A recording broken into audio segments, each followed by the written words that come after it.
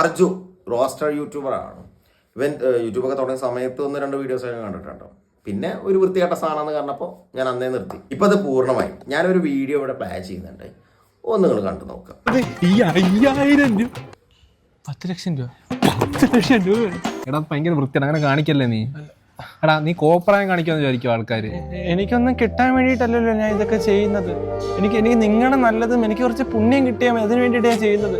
പിന്നെ സ്പോൺസേഴ്സ് ഇരുന്ന് 7 ലക്ഷം രൂപ ഫോളോവേഴ്സ്, അത് മതി.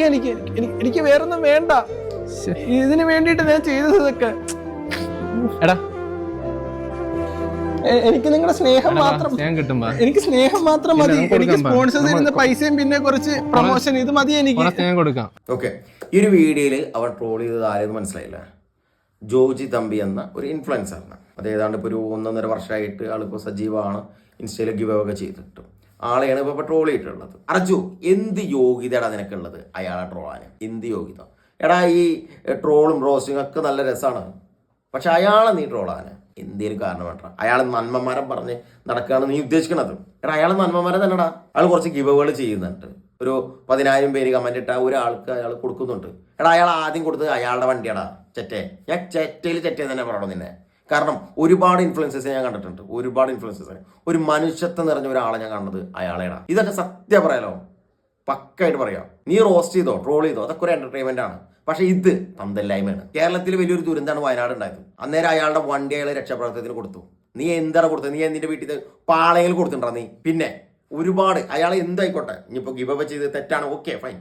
അത് ഇനി നിന്റെ പേരിൽ അത് തെറ്റാണെങ്കിലും പോട്ടെ. എടാ, മറുവശണ്ട അയാൾക്ക്, ഒരു മറുവശണ്ട അയാൾക്ക്. എത്ര പേരെ അയാൾ സഹായിക്കണ്ട? നിന്റെ സ്വന്തം നിന്റെ വീടിന്റെ അയൽവാസിനെ നീ സഹായിച്ചിട്ടുണ്ടോ? എടാ, നമ്മള് ഇതൊക്കെ പറയുമ്പോൾ നമ്മൾ ആരാന്നുള്ളത് ചിന്തിക്കണം. നീ ബെറ്റിംഗ് ആപ്പ് പ്രൊമോട്ട് ചെയ്തിട്ട് എത്ര പേര് നീ പറ്റിച്ചു? ആ മനുഷ്യൻ അത് ചെയ്തിട്ടുണ്ടോ? നീ പൈസക്ക് വേണ്ടി നീ എന്ത് തെറ്റിത്തരം ചെയ്യും? അയാൾ അത് ചെയ്തിട്ടില്ല. പിന്നെ എന്തിന്റെ ചൊറിച്ചിലാന്ന് എനിക്ക് മനസ്സിലാവണില്ല. അയാൾ ലഹരിക്കെതിരെ സംസാരിച്ചതോ അത് നിനക്ക് പൊള്ളിയ. ഒരു പാവപ്പെട്ട പെൺകുട്ടിനെ MBBS അയാൾ പഠിപ്പിക്കുന്നുണ്ട്. ചില്ലറ എമൗണ്ട് കൊടുത്തിട്ടൊന്നുമല്ല, 40-50 ലക്ഷം ഉറുപ്പ് കൊടുത്തിട്ടാ. നിനക്ക് കഴിയോടാ? നിന്റെ സ്വന്തം പെങ്ങളെ കുട്ടിനെ നീ നേഴ്സറിൽ ചേർത്തിട്ട് പഠിപ്പിക്കാൻ പറ്റുമോ? നിനക്ക് പറ്റില്ലടാ. ആദ്യം ചെയ്യണം, എന്നിട്ട് കൊടുക്ക്. അർജു, നിന്നെ പോലുള്ള ആളുകളാണ് അയാൾക്കെതിരെ സംസാരിച്ചിട്ട് ആളുകളെ തെറ്റിദ്ധരിപ്പിക്കുക. ആ മനുഷ്യനെ നീ എത്ര ചവിട്ടി കൂട്ടിയാലും അത് മുന്നോട്ട് വെച്ച കാല, അത് പിന്നോട്ട് വെക്കാത്ത മുതലാ. ജോജി തമ്പി എന്ന മനുഷ്യന്റെ വളർച്ച നിനക്ക് അങ്ങോട്ട് സഹിക്കുന്നില്ല, അതാണ് സത്യം.